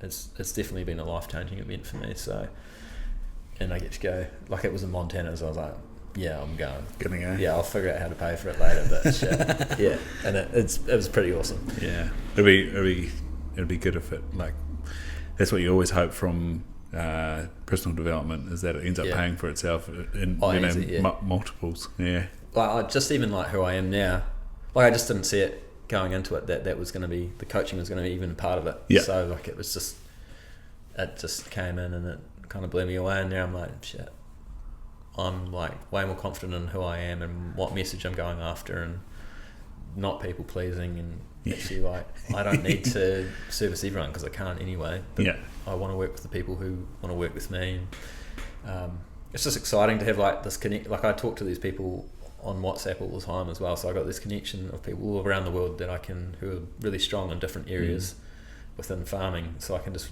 ring them up and be like, hey, I'm working on this, can you give me a hand? And they'll do it. So had you always developed a strong network professionally? Like obviously you work in a slightly different field, but always had the ambitions for being in the agriculture sector. I think when I went to work for Central Plains Water, a lot of people want to come and work with you because you've got a lot of farmers under your wing, so you'd start networking through that, and I just started going to workshops and all sorts of things just to learn more, and then I started meeting people, and I think it just kind of naturally happened over time that I built a really good network, which has allowed me to go out on my own as well, and had a lot of support in doing so. So that's why I always say to people now, like, just network, just meet people, like reach out to people on LinkedIn, ask for a coffee. Like most people in New Zealand really want to help that person on the way up. Yeah, it's not until you're really successful then they want to cut you down. I'm far from that. So networking's cool. New Zealand is like 2 degrees of separation. Farming is like even smaller. Yeah. So I can just be like, I know this. We'll be like talking about saying, oh, do you know a thing? And they're like, yeah. And then we'll just rattle off, and then now you've got a new connection there. And so yeah, very fortunate on that. But it also reinforces that I can now, like with the podcast, it makes it also easier to network with people. Oh, like, hey, I've got a reason excuse. to talk to this person now. So that's been quite cool. Like some people I've reached out to from that, or people will reach out to me now because I know a certain person. Yeah. So it's been, networking's great. I think there's no end to it, but you've also got to recognise you've got to do work as well. You can't just be networking all the time. No, cool. So the brand, Force of Nature. Yeah. How's that been? You haven't been given a cease and desist from Force of Nature Meats? Oh man, the whole time I was in the US, everyone thought I was that was part of my company. I was like, I wish they were my company. Speaking of culty, bullshit. Yeah. And the thing is, like, my logo also looks very similar too. And I was like, how in the world does this happen? Like, I reached out to the CEO because I wanted to get him on the podcast, Radio Silence. I was like, damn. But yeah, it was just one of those things that I fell into. I was like, I really like that name. It's different. It doesn't have agri in it or anything farming related. It's kind of different, and people remember it. And then for what I want to do, which is kind of empower the farmer to then empower their businesses and their families and their landscapes, like you want to create a force of nature and set them off in the world. So that's what I like about it. I kind of thought I needed to change my name there just because of that thing, but then I'm like, well, actually, I'm not selling meat. No. And I'm not selling meat in America, and there might be chances to collab in future. If it comes to that, then it comes to that. But it's uncanny. They're doing some really good work. They're probably one of the companies that are actually nailing it, and they source all their venison from that Rakaia plant as well. Oh, nice. Yeah. They're doing some really good upskill training of their farmers as well. And they do bison, right? Yep, they do everything. And is that ranched or just? Yeah, well, Bison's quite a lean meat. Like I've had a couple of burgers and a steak, and it's like I'd say it's probably closer to, it's like beef, but it's kind of more like venison. Wobbly. Just it's lean. It feels clean to eat too, I think, just because it doesn't have as much fattiness in it. I do love the fattiness, but it's an interesting thing. I think, White's have got bison and wapiti. It'd be interesting to like look at them side by side. And the elk are just a huge animal, mate. The wild ones I was seeing in Yellowstone, I was like, oh my god. Yeah. Like they're like a car and a half away, but I can see how big that animal is, and there's like a huge mold of them. Big milkies. Yeah. New Zealand, you feel it was very small when you go to somewhere like Montana, and there's all these animals you've never seen before, and it's just scale. Do you know the latitude up there? No, it's like the real interesting thing is Oregon's pretty similar to here, because that was the whole argument for cannabis legalization. Is Oregon's got Oregon's very similar to Canterbury / New Zealand. Yeah, Montana has a different climate though. But they only have like a growing season every year of like 40 to 50 days. Because it gets too cold. Yeah, which is like that's not very long to grow 40 to 50 days. Shit. Yeah, out of a whole year. Yeah. So really interesting issues there. Get a lot of snow. When we were there, there was all these wildfires like in Canada. Because that Pacific range locks them in, eh? Yeah. Yeah. It's kind of all round. So all the smoke from when we were there was coming from the smoke. All these different fires all around them, and it was just getting caught in Montana. Yeah. Which is a bit shit, but it's just the nature of where they are, and it's like only 100. Like the biggest city there is only 130,000 people. Oh. So it's the least populated in the States. Yeah. So every town's pretty small. It's definitely probably a lot different. Yeah, like a place like Bozeman. All these big hunting brands and it's like, and like all the ranches are like $65 million and owned by people in Silicon Valley. So no, like you couldn't buy one and make money. No, because you can't run that much cattle on them. Yeah. Do they have like covenants and stuff on running cattle? Or you can't grow enough food to feed them. There's like one of my coaches. She runs like a grazing company and she just grazes. She owns like not that much land, but they just graze on all these ranches for people. Mm-hmm. She grazes Kevin Bridges' ranch from Hollywood, and he's all about it. Like people just want to see cattle for the 2 weeks that they're there every year on their ranch. They don't really care because they're rich. Yeah. So she gets it for bugger all. Otherwise, it wouldn't make any money. It's a bit like the irony that is James Cameron, you know. Yeah. Preaches vegan, but then he has a beef and sheep farm in Warrap. Yeah. Well, I think he tried to convert it. And then everyone was like, you can't do that sort of farming here. Yeah. You need to go to Canterbury to grow a crop. Yeah. That's pretty funny. He was telling everyone how to farm and actually isn't a farmer. Yeah. That really pissed off a lot of people. But he hasn't said much for a while. So. No. I think, plant-based proteins flopping has not been very helpful for his message. Yeah. It seems a lot of those companies are failing. Yeah. In America, like there was a lot of investment in it, but nothing has really kicked on. Yeah. Which is, you'd think there'd be at least one brand that would be all good, but it doesn't seem to be. Well, it's just full of shit. So I think people just realise that it's actually worse for you because it's just processed as shit. And it's like if I eat this, I'm actually worse. Yeah. The whole health thing at the moment is just increasing. Everyone seems to be a little bit more aware of it. Yeah.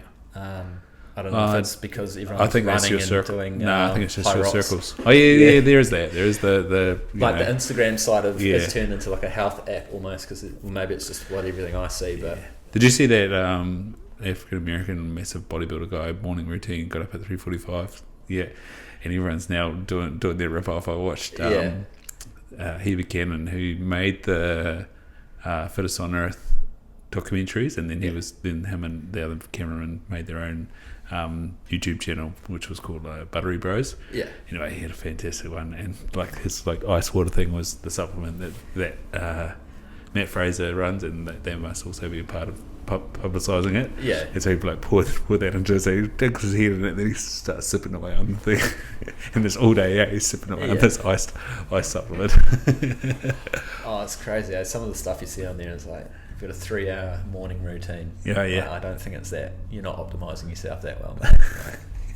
And then it's like a 20-minute consulting call to get paid millions of dollars. You're like, okay, good on you. Hey, if you can make it work, all power to you. Right? The consulting call is the course to sell courses, isn't it? Well, that's what they reckon. But I feel like with the rise of AI, everyone can just, in the next 5 years, we'll have our own personalised AI on our phone. So we'll just be able to set it to whatever our preferences are and get all those answers anyway. Yeah. So those courses essentially aren't going to be worth very much, I don't think. It's actually that human connection, so the coaching side of it will be where the money is. All those courses and costs are going to drop because you can just get it straight from AI. So it'll be interesting to see how that develops over the years because everything moves so fast on social media, and that seems to be a bit of a cash cow at the moment. It doesn't seem to translate so well to agriculture, but there's probably people doing it. But I think that personal touch and being able to actually speak to people, and like going forward, if you can public speak and talk in front of people, especially with this next generation coming through, that's going to be like one of the most valuable things that you can have as a person. Communicating clearly and actually standing in front of people, confidently doing it. And storytelling is a real key part of that, which I'm not very good at doing. Practicing what, like 30 episodes deep now? Yeah. Almost, yeah. It's one of those things, everything falls aside when I get really busy at work, social media and all that. But well, that's how I know you, from TikTok. Like, do you know, I went to Underground and a guy came up to me, he's like, hey, I know you from TikTok. From TikTok, yeah. And I went, I actually know you from TikTok as well. And I was like, I never thought I'd have this conversation. And a guy this morning at Field Days that I know, he works for one of the banks, he's like, fuck, I love your TikTok videos in front of everyone in the farmers tent. And they all like, I'm like, that's good. It's good. Yeah. As I say at the conference the other week, like optometrists from Auckland being like, I'm getting hammered by Ashburn and Nike, and I'm just thinking, good. Yeah. But no one does it in our space. Like, it's still frowned upon in New Zealand around like promoting yourself. Yeah. But like, as a new business owner, I don't have like the 30 years of experience of all the other farm consultants, so I've actually got to put my face out there. And while it might not bring me work yet, it brings me recognition within the industry. That's and right. I've got like doors open to me because of that. Absolutely. And speaking events and whatnot, so it is working. And it probably also is a drafting gate of people who don't want to work with me as well. They're like, no, he's too regen or something like that. And I'm like, that's fine with me, because I don't have to. And it's funny, is that like, I sit there and watch 50% Farmer, I watch Craig, Dairyman, I watch, what's his name, Dolly,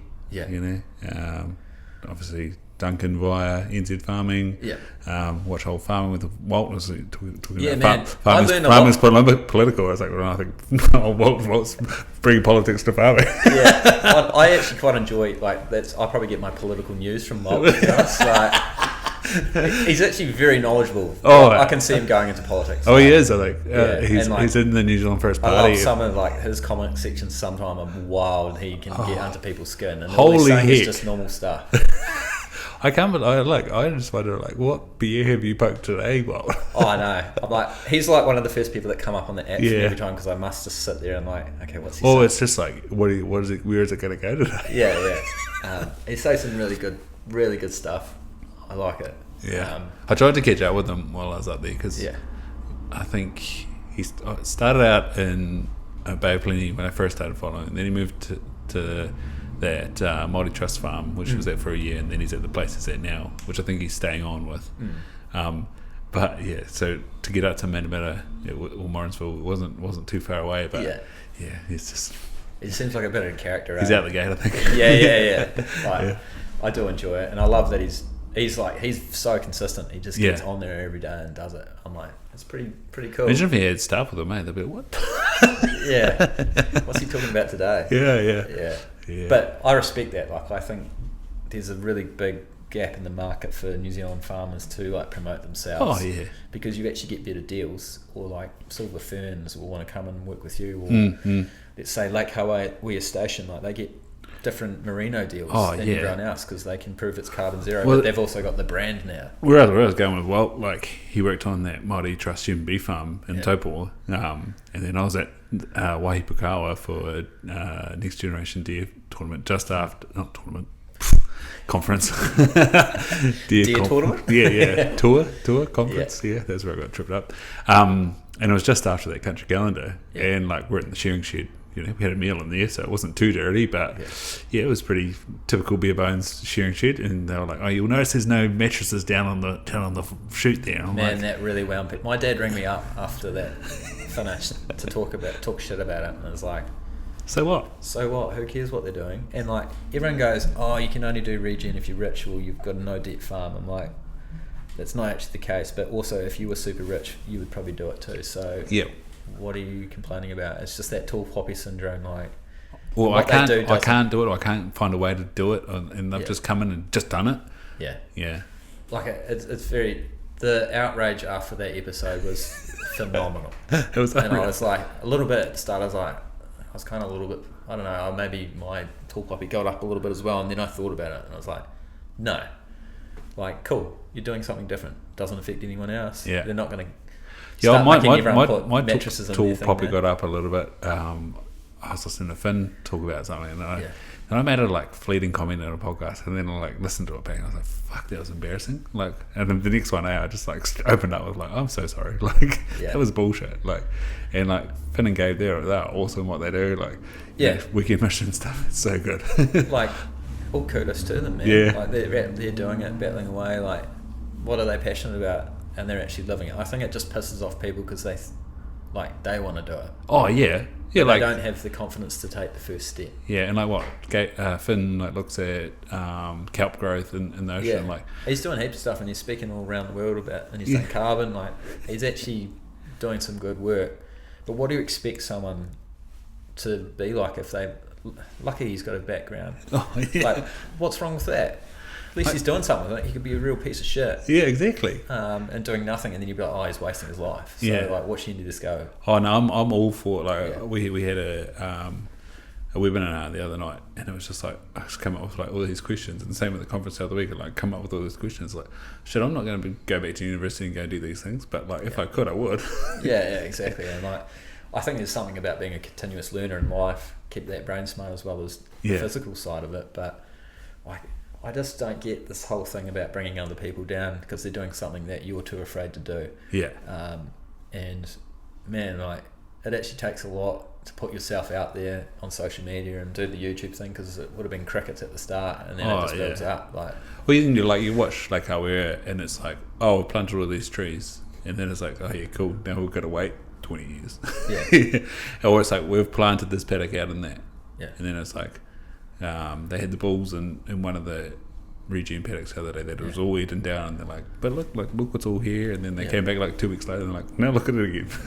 And that actually shows like how it actually works, and that like probably a lot of their followers probably aren't farmers, but there'd be a lot of covert farmers who are like really pissed off about it, but they're actually looking at it and like, oh, maybe I could do that. So it's an interesting thing, and it'll be the same with you doing this podcast. There's probably optometrists going like, what are you doing? Same with like the Keep It Change guys when they first started doing it. But like, look how awesome they are now. All the accountants would have been like, why are you doing that? Oh, they are, right?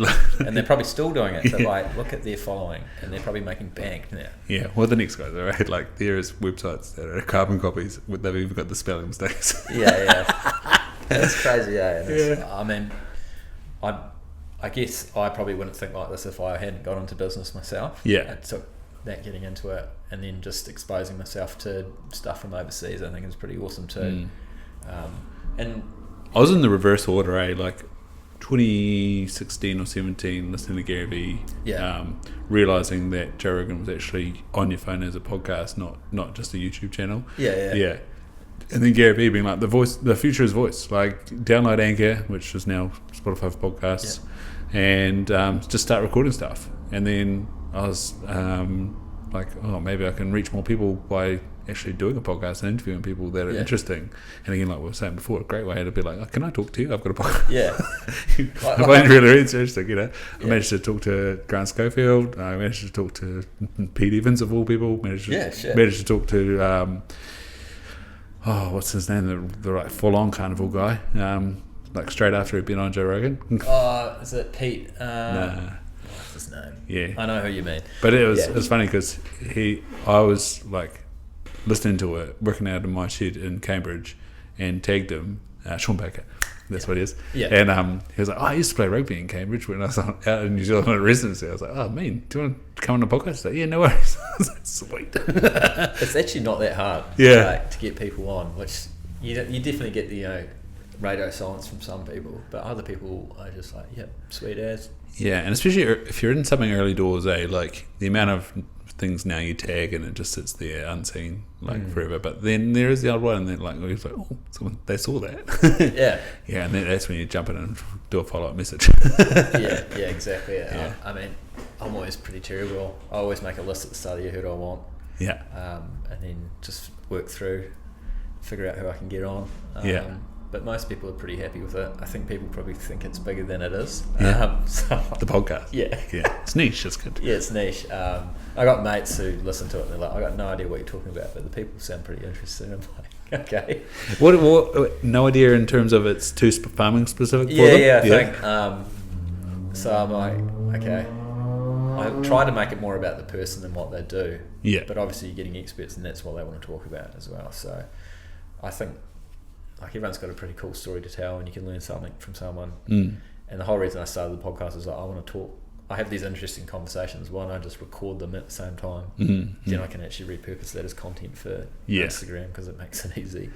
And now I'm just trying to actually record videos of myself to practice messaging and things like that, and just post it up so I get rid of that thing. And then I've got all my mates in Create who are like, how do I get up there and put my videos up? I'm like, just be okay with them being horrific.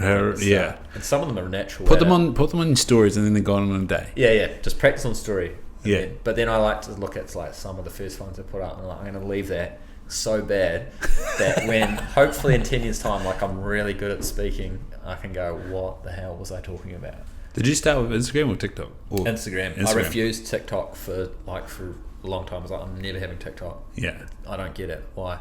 Got on there, I get more farmer engagement on there than anything. People talking to me. I'm like, why is TikTok so much more popular? Snapchat had a little like farming network going on for a while there, because I remember old rural lad, is it what's his first name? His last name is Blair. He was a big like Snapchat phenom. And I think back to keep the change. I think Luke Hemmings was a bit of a Snapchat phenom as well. Yeah. And so I think the similarities of TikTok and Snapchat, I think, was why that happened. But the question is, what do you reckon? Where do you think social media is going to be in like 5 years? Like, because like we're at video now. Yeah. What goes next? Because it changes so quickly. And I feel like it's gone from being really polished to now it's like a bit more just face talking and everyone can do anything. It's interesting the whole like CapCut captions things. TikTok is just like absorb that. They just all steal from each other and buy each other out. So it's pretty interesting because my partner went viral 2 weeks ago. She's been doing it for like 4 years consistently. And then she had a reel that's like probably 15 million people watch it now. She went from like 3,000 people to 26,000 yesterday. Jesus. It's like in 10 days. Like your life can change. And that space, it can be any video. And I think that's the cool thing about all of the social medias now. Like, you just keep posting, and if you get your messaging right, you don't know what hits, and that could change your whole life. And why be afraid of that? Well, people are always going to judge you, but they're the people that you don't care about. And it's interesting, like in optometry field, I'm sure this is across the board with anybody that starts out on it. They're like, but like, how does that turn into sales? And you're like, it's like, how does it turn into sales? And you go, so you get this broad awareness. Like, I get optometrists from the North Shore saying, I'm seeing your stuff. And so that means that it's like hitting, from here, I think the best we've done is a 5K from 200 followers. Like, that's pretty good. Pretty good return. And then you go, righto, so then you can boost that and narrow it down. And it's funny, like, I've gone back to Gary Vaynerchuk all of a sudden because he's going hard on YouTube and he's just there on my YouTube, and I'm like, I'll watch your little short 40 second, which is exactly what he's trying to achieve. Exactly. He knows what he's doing there. It's still the same content as about 8 years ago, but it's just like there's little reminders again, like, all right, how does this work again? What's the purpose of this stuff? He's still talking about like, look up your town, look up who's on Instagram, message them, connect with them. Take them, that's what that was what I heard originally. I was like, okay, that's because I thought that's where I was going to start with my social media. Was like, how do I just connect with those people and then go interview them? Like, we'll just look with the phone and be like, hey, this is me chatting to this guy for 5 minutes. That's how I was originally going to start it. And then I never really followed through on that. Actually, I did it with a guy from Waterfalls for my first one. And that actually went pretty well. And then I don't know why I didn't carry on from then. It's just been more about just kind of done it myself. I guess it's easier. You don't have to organise other people. So who's videoing you when you're out on the paddock? I've got this young guy that my partner found on Student Job Search. And he was just starting his own gig. He was quitting uni engineering, Ben, from BZM Solutions. I'll just give him a wee plug there. Absolutely. And he started with Sarah, and then I was like, well, she was paying him like, more than minimum wage, and I was like, I'll pay you double that per hour if you do the same for me. And I was absolutely horrific the first time. I couldn't even remember what I did for a company, but I've been out with him a few times and got better, and his company's growing. He's employing people now, which is pretty cool to see. And he's got the tech, or you got? Yeah, he's got all the tech. I'll take him out and farm. he'll film all the videos, and within like 7 days he'll have like the drafts through to me, and they're all ready to go for Instagram, and like the quality is just like so much better. It's so good. Like you can tell the difference between like his videos and the ones I'm filming, which I like to have the mix anyway, but I haven't been with him this year, so I need to do that next month, I think, and just refine my message. And but yeah, he's really good, and like my in-person podcasts I do with him as well, and he cuts it all up really good. It's just it's just not economical for me to do all my podcasts that way. No, need a sponsor. Yeah.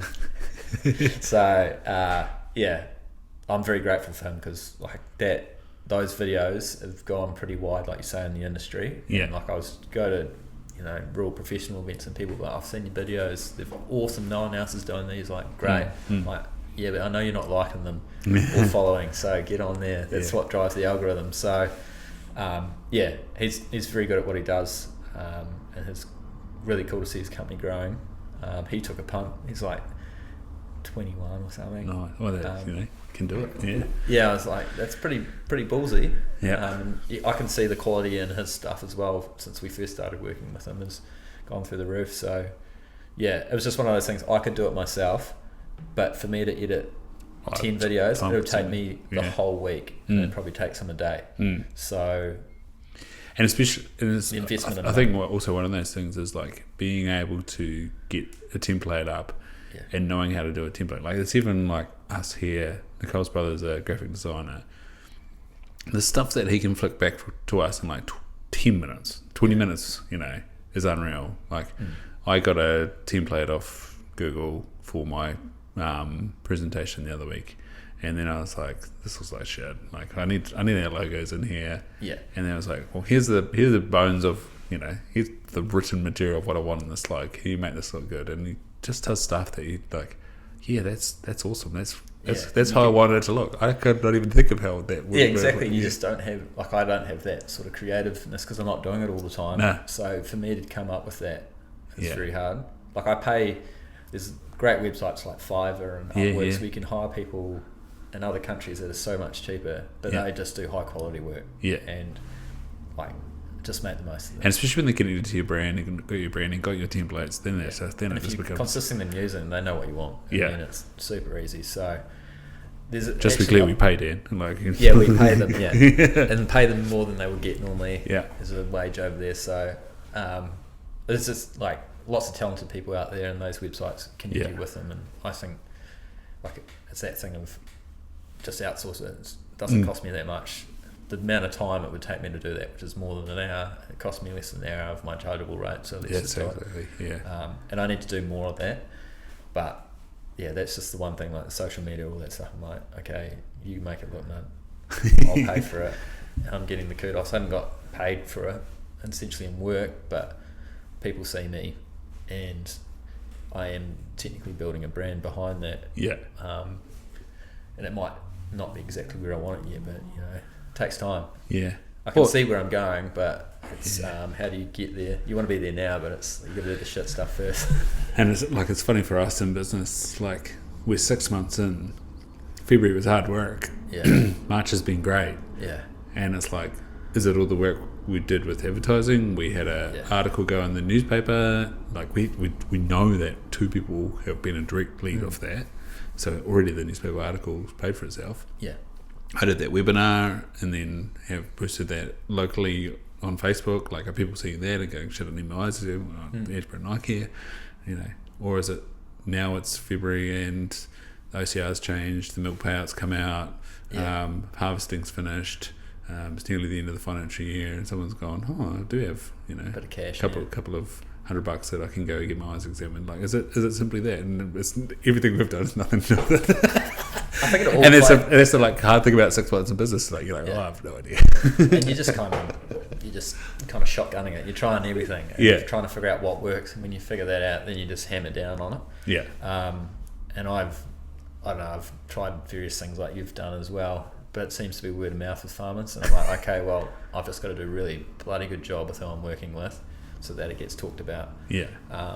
And then when I do get the opportunities and go from there. So it's a hard one. Like you say, it's like, what has actually contributed to it? And then there's that thing around, like, putting that energy out into the world. I'm making the effort to do it. So you get that energy back eventually. So, yeah, I see it. Like, I sowed a lot of seeds really early doors, and, like, they always seem to come to fruition at the same time. It's like, boom, especially in business, it's always like, everything's at once, and then it's kind of quietens down, everything at once. Yeah. So I'm very grateful for the people I work with and give them a chance to. So yeah, I'm still haven't figured out the marketing thing for sure. And I mean, like, I feel like I don't really have the capacity at the moment to take people on in the short term, but to be where I want to be with my business and grow it and train other people to do what I do, so we can have a greater impact. I'm going to have to market. Yeah. And, because you could have that pipeline of work to be able to bring people on. Yeah. We're the same here. Like, at the moment, it's me. Like, I was at Ripper Rugby's today, and was talking to Paul from NZ Soc, and he's like, "Oh, so what are you doing at work today?" And I was like, "Oh, it's just me." So I was like, "This is basically a donation to the school." Yeah. It was worth it. It was a great day. Yeah. Yeah, exactly. And, like, you still got to have time for that. And, like, we get into business so we can have freedom. Yeah. But I've, like, literally probably hit burnout like 2 weeks ago. Yeah, you're real about 2025. This is what I'm doing. I'm busy. Yeah. How's it gone? Have you been there? I haven't kept to my boundaries as I should have, and said no to things. And my body basically shut down on me. Like, last week I was crook as. I never get crook, and it's been a really good reset. So now I can observe when I know that's coming, but, like, it's like, you said you were going to do this and you didn't do it. Yeah. So now I've got to say no to work that I actually don't want to do because it drains my energy. Yeah. Stuff I hate, or at least find someone who wants to do maybe part-time work, and will do that for me, and then I can freedom to be creative and work on the spaces that I want to do. Yeah. But you're still also going to do the work that you don't want to do when you're first starting a business to set you up so you can have the freedom to build that pipeline of stuff you want. Is there a model of consultancy in New Zealand? Yeah, there's plenty of models. My one's probably, I'm still building it out, but it'll be different from what other people do. It's more, we'll be looking more over to coaching. The farmers already know their land better than anyone else. They work it all year round, every day. So me coming in there, I can see a few things, but I don't know how it works every day. So they actually know a lot of the answers themselves. So it's coaching that out of them, figuring out what their limiting factor is. Yeah. Sometimes it's mindset, sometimes it's the management of how they run their farm, sometimes it's minerals, it could be microbes. There's a lot of it that forecasting, like where am I going to get a return on this? If I'm going to commit this big outlay, where's it going to come back from? Yeah, and should I commit the outlay? Yeah. So that financial forecasting is a real key piece, but I'm pairing it with, like, actually doing the agroecology side as well, and there's no one else doing that here. So it's probably pretty uncommon, but ultimately where I want to get to is create kind of a farmer's mastermind. So you teach them, they come in a group, work in little kind of boards together and work on each other's businesses. They come together 3 times a year sort of thing, get some, like, professional speakers in that don't necessarily have to do with agriculture, but getting that growth mindset, how can they be better humans, and then do the business stuff, that financial forecasting, teaching them stuff about how they can work closer with nature in a way that makes them more profitable, not just for the feel good.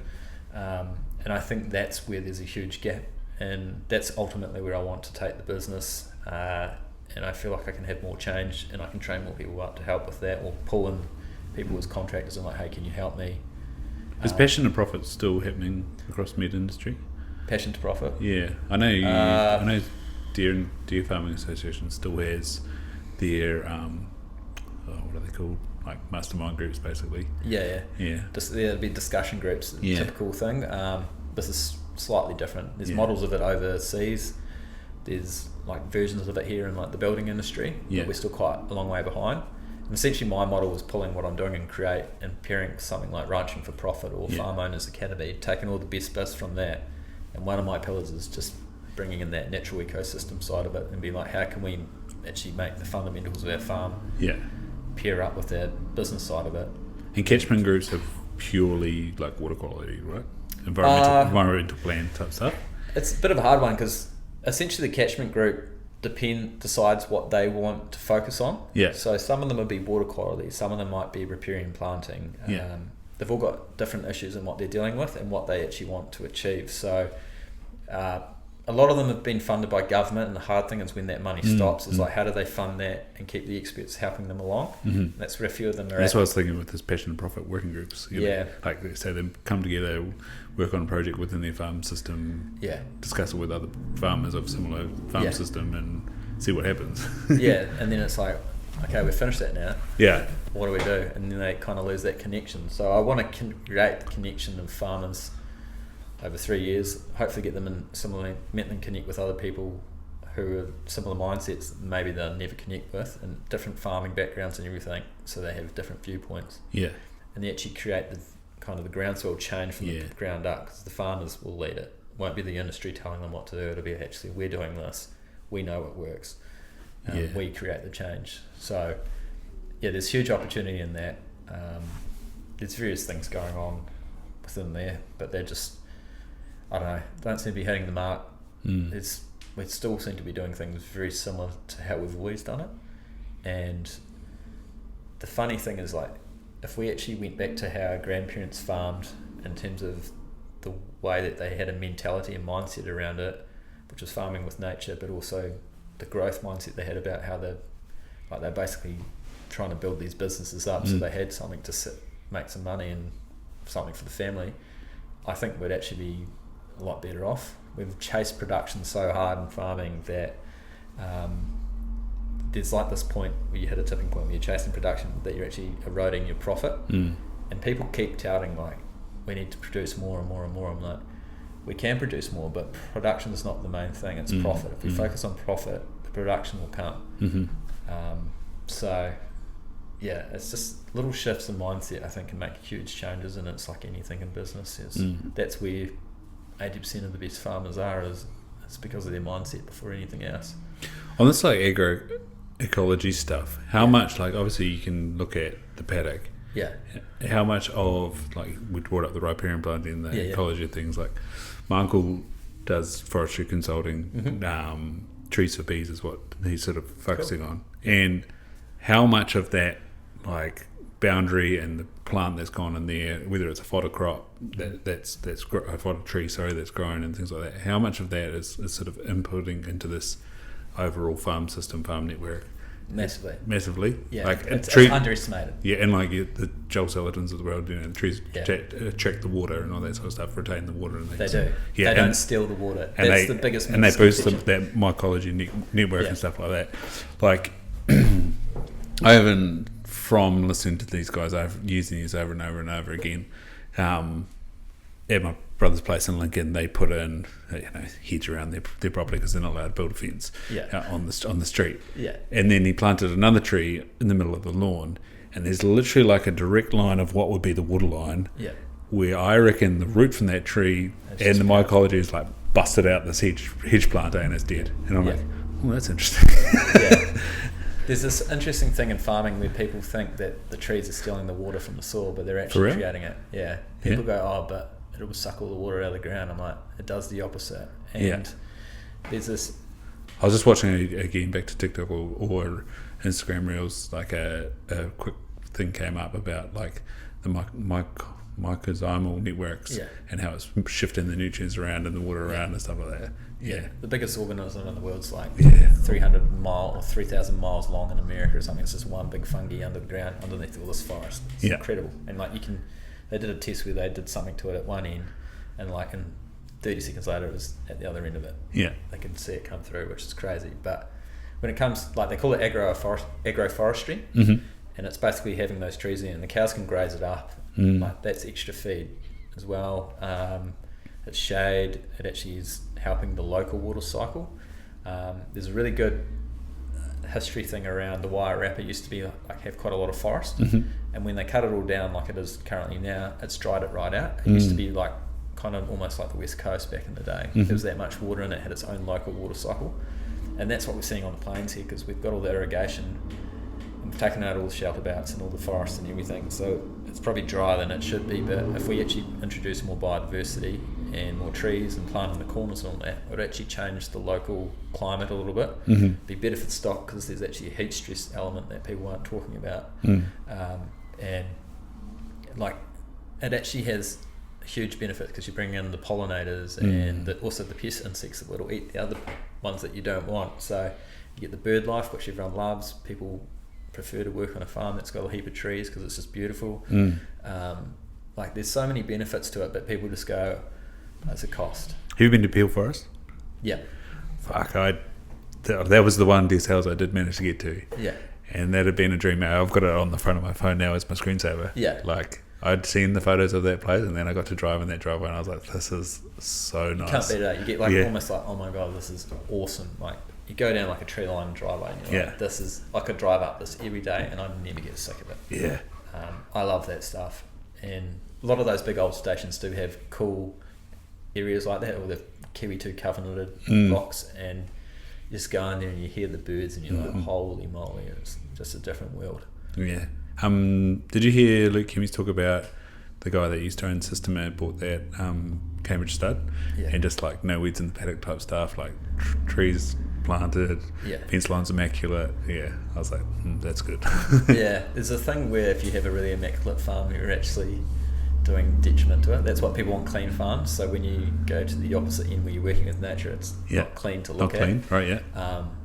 So it's like, how do you make clean that because he's spraying the shit out of it? Yeah. Or is it clean because he's actually grazing it, and he's grazing it in a way that actually the weeds don't come there because it's not their preference. Yeah. So they're not disturbed, eh? Yeah. Well, you create weeds are just an indicator for your soil that it's not healthy. So the seeds never blow in from your neighbour, which is also a farmer fallacy. There's like millions in your seed bank in the soil, and it just takes the correct environment for that seed to be turned on, and then that'll come up. So if we look at, say, a dock plant, they come on when it's waterlogged and compaction. What it's trying to do is open up the soil and flocculate it, like I said earlier, so that creates the environment. Taproot, right? Yeah, with the taproot. So then it creates an environment for the grass to thrive.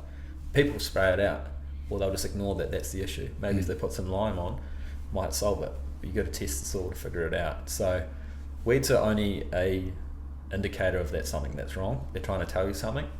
There's guys that have just left it for like a paddock, just let it go to seed, let the weed do its thing, and then the next year there's like one weed in the paddock, and the whole paddock had it before. But people just like want to spray it, hate the look of it, just leave it.